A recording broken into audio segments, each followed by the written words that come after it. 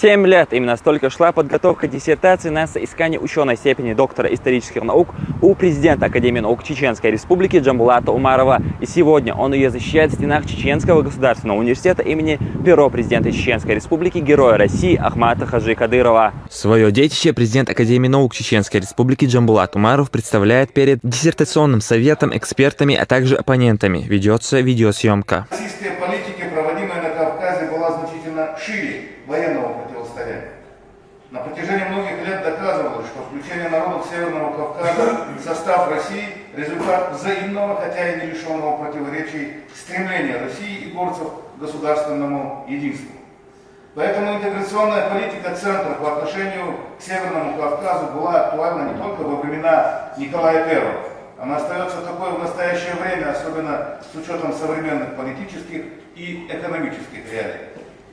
Тема диссертации – интеграция народов Северного Кавказа в состав Российской империи в 1830-е по 1870-е годы. Как признается сам докторант, эта тема волновала его задолго до научной деятельности, почти всю сознательную жизнь. У нас по истории Кавказа очень много разных работ, много исследований, которые в основе своей связаны с военно-политическими процессами на Северном Кавказе, особенно после того, как политика империи стала гораздо более активной после русско-турецких войн, после тех знаменитых документов, которые были подписаны тогда, и Кючук-Кайнарджийский мир 1774 года, и присоединение империи в 1783 году во времена Екатерины II Крыма, политика на Кавказе стала более активной. И мы знаем с вами войны и движение горцев под предводительством первого имама Кавказа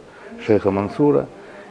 Мы помним Шемелевские войны, но был еще другой процесс. Был процесс интеграции горцев, был процесс культурного, социально-экономического и торгового взаимовлияния горских народов Кавказа с империей. И, на мой взгляд, исследователя, эти процессы наиболее очевидно, наиболее ощутимо проявляются где-то после того, как проконсул Кавказа Ермолов был отправлен в отставку, и где-то с 1830-х до 1870-х годов.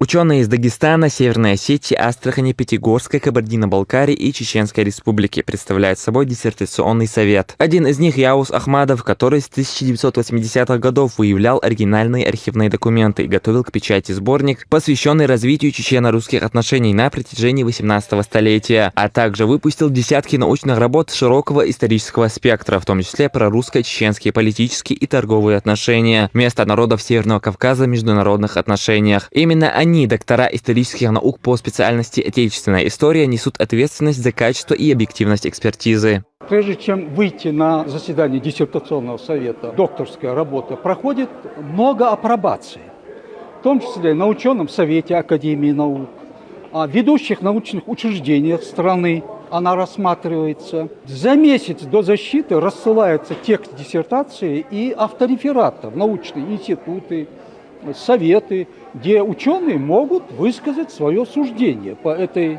теме, по этой проблеме. Вот. В том числе и я имели возможность ознакомиться, все члены совета ознакомились. Диссертация представляет из себя крупную монографическую работу, написанную на весьма актуальную тему, которая давно не разрабатывалась в нашей науке, более четверти века и более даже. Поэтому мы считаем, что, во-первых, это большое для нашей республики достижение, а во-вторых, безусловно, я так полагаю, мое личное мнение, она будет признана актуальной, диссертабельной и искомую степень доктора исторических наук наш Умаров Джамбулат Вахидович, он заслуженно получит. Диссертацию на соискание ученой степени доктора исторических наук Джамбулата Умарова высоко оценивают эксперты. По их словам, работа соответствует всем необходимым требованиям. Основные критерии оценки – актуальность и точность. Дело в том, что тема диссертации супер актуальная сегодня. Дело в том, что, конечно, это историческая диссертация, но ее отличительная особенность – это архивная составляющая. Дело в том, что документальный ряд, который приведен в диссертации, он уникален. До Джамбулата Вахидовича этот материал практически никто не брал. Ну, кто-то просматривал, кто-то там цитировал какую-то цитату. Здесь фундаментальный был анализ проведен. Все члены диссертационного совета голосуют «за». Президент Академии наук Чеченской Республики Джамбулат Умаров успешно защищает диссертацию на соискание ученой степени доктора исторических наук. Осталось дождаться утверждения от Высшей аттестационной комиссии Министерства образования России.